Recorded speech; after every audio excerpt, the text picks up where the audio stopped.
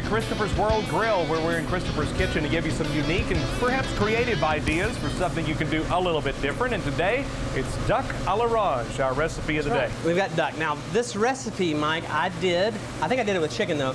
My senior year in high school, in my gourmet cooking class, and won first place. I'm going to score this duck skin just a little bit on top so it expands when the duck expands. I'm going to season this with a little salt and pepper on both sides. Okay, salt and white pepper, as you can see.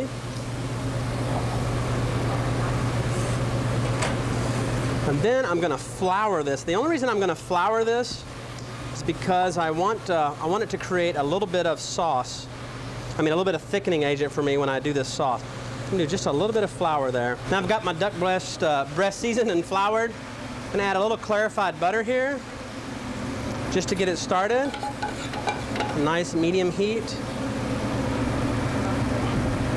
Now the thing about duck is you want to try to cook it almost totally on one side because you really want to render out all the fat underneath there. And the longer you cook it, the longer and slower you can cook it on one side, the better off you're going to be. But for me, I'm going to finish this in the oven. So I've got a nice color there, and I'm just going to turn this on the other side to sear it, and then I'm going to finish this in the oven because I want a nice medium rare duck. Okay, we're going to start our sauce now. We've got our duck and some flour left in the pan from that. We want to use all that. I'm going to have a little bit of garlic in there, and then I'm going to do some brown sugar, orange juice, and white wine for that sauce. So let's get our garlic going. Okay, I've got some brown sugar going here now. I can smell my garlic toasting a little bit. Brown sugar. I've got some fresh squeezed orange juice, about a half a cup of white wine. You know, equal portions of white wine and orange juice. So we added about a total of a cup of orange juice and a cup of white wine, and about a fourth of a cup of brown sugar, and about a full tablespoon of garlic, chopped garlic. Just gonna let that cook down. I'm gonna thicken this sauce with what's called a beurre Meunier. I've took my leftover seasoned flour and put some soft butter on it. And so I've got butter and flour here. This is basically a whole butter and seasoned flour. And I'm just gonna add pieces of that to that sauce to help thicken it. Just take some of this beurre Meunier. This is called beurre Meunier. That means butter with the hand, worked with hand. Okay, our sauce is thickened. I'm just gonna finish that with a little salt and pepper and just a touch of whole butter. Just going to finish the sauce with a little whole butter, do some seasoned salt and pepper. If you really wanted to make this a little orangier, you could add a little fresh orange zest to this.